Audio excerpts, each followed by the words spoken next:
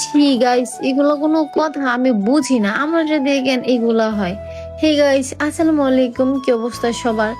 আশা করি সবাই ভালো আছেন।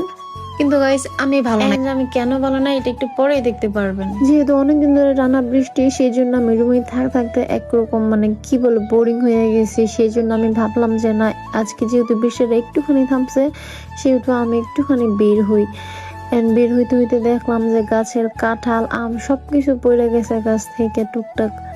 আমি আর রাকিব এইগুলো নিয়ে কথা বলতেছিলাম যে কি সুন্দর কাঁঠালগুলো আমগুলো গাছ থেকে পড়ে গেল। এর মধ্যে রাকিব আমার বলতেছে, তুই যে কাঁঠালের চিন্তা করতেছিস, তুই যে এই রাস্তা দিয়ে আসছ, তুই এই রাস্তা দিয়া যাবে কি করে? দেখ উল্লনি তুই পরস। গাইস, সেম সেম ওর কথাটা মিলছে, আমি পড়ে গেছি শেষমেশ। এই যে দেখেন কি একটা রাস্তা, আল্লাহ! যদি আমাদের দিকে ভালো রাস্তা আছে, কিন্তু আমি মানে চাই নাই যে ওই রুট দিয়ে যায় আর কি। আমি চাইছিলাম যে বাড়ির ভিতর দিয়ে চলে যায়।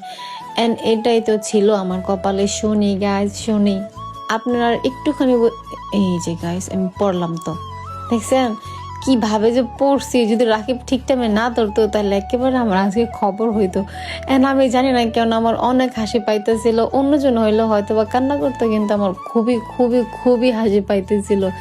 আমি অনেক দিন পরে পড়ছি, সেই যে ছোট্টবেলায় এই যে বৃষ্টির সময় পিছলা খায় পড়তাম, শেষ যে কবে পড়ছি খেয়াল নাই। এই যে এতদিন পরে আমি পড়ছি, আমার কাছে একটুখানি ভালোই লাগছিল, মানে ছোট্টবেলার ফিলিং পাইছিলাম আর কি। তারপর আর কি আমি ভাবলাম যে আমাদের গন্তব্যে পৌঁছে আমি ফ্রেশ হয়ে নেব। শেষমেশ কথা বলতে বলতে আমি চলে গেলাম আমাদের গন্তব্যে। কোথায় আসছি গাইস এটা তো আর বলা যাবে না, তবে গেছি। ওখানে গিয়ে একটুখানি আড্ডা দিলাম, কথা মথা বললাম, বাস এতটুকুই আর কি। আর গাইস, এটা হচ্ছে আমার একরকম খালাতো ভাই হয়, মানে লিপি আন্টির ছেলে আর কি। আহমদ ব্লগটা দেখলে একটা হাই দিবি গাইস, ওর নাম হচ্ছে আহমদ। মানুষের বলদ থাকলে বলে যে আহমদ। সবশেষে আমরা আড্ডা মাড্ডা দিয়ে চলে আসছি। আজকের ব্লগটা গাইস এতটুকুই। সবাই ভালো থাকবেন।